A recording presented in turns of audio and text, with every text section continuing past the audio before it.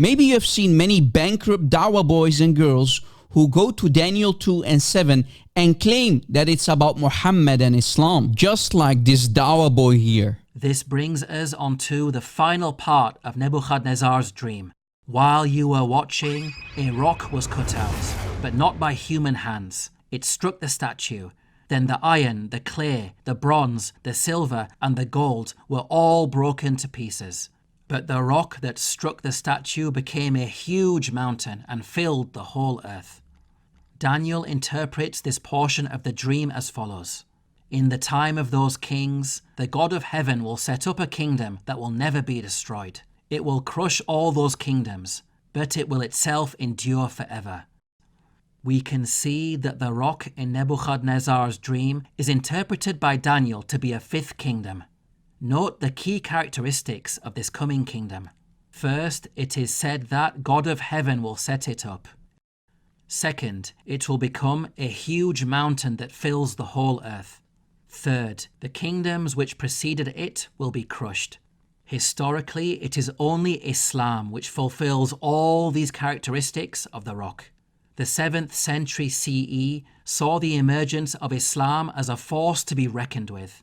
In the words of Daniel, Islam crushed and brought to an end the world empires at the time, including the mighty Romans and Persians.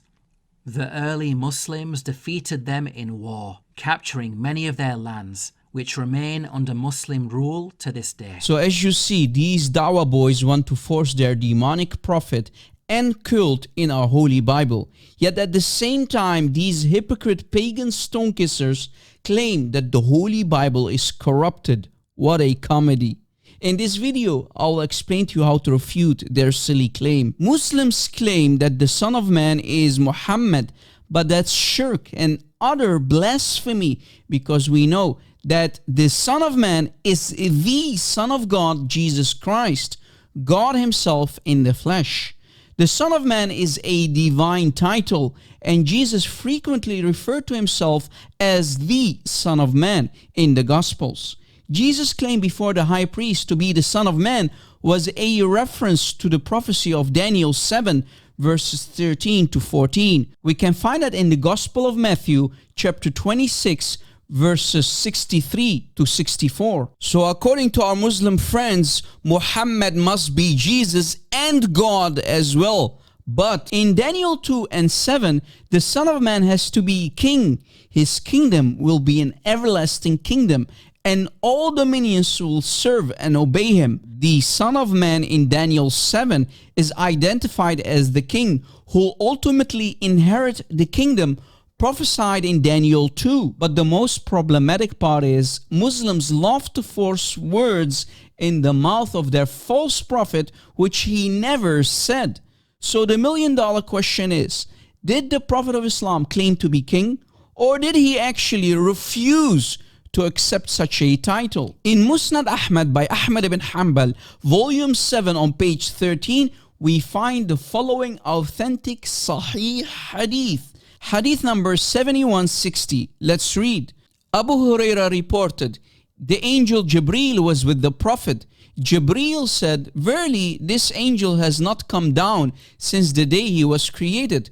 The angel said, O Muhammad, your Lord has sent me to you with the offer that I make you a prophet king or a servant messenger. Jibreel said, be humble before your Lord, O Muhammad. The Prophet said, rather, I will be a servant messenger. And as I said, the hadith is sahih, authentic. Notice, Muhammad did not want to be a king and wanted to be called instead a servant messenger, which refutes all of these lying and conniving dawah boys and girls who claim that Daniel is about their false prophet in Islam. Why are you Muslims trying to force words in the mouth of your false prophet which he did not say, and love to commit shirk in the process, calling him God and King that is mentioned in the book of Daniel? Muslims, just stop. Stop trying to force your false prophet in our Holy Bible and down our throats. It's embarrassing. It's cringy. Just stop. You're committing shirk. On top of all that, Muhammad never mentioned the book of Daniel, and the Quran in chapter 7 ayah 157 and chapter 61 ayah 6 commands Muslims to go to the Torah or Injil to find Ahmad in it. Is the book of Daniel found in either the Torah or Injil?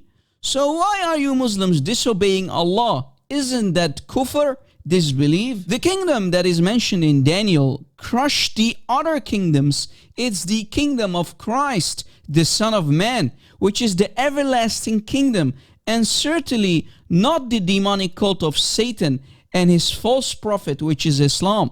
Muhammad and his demonic cult are under the feet of Christ, the Son of Man. Stay away from Islam.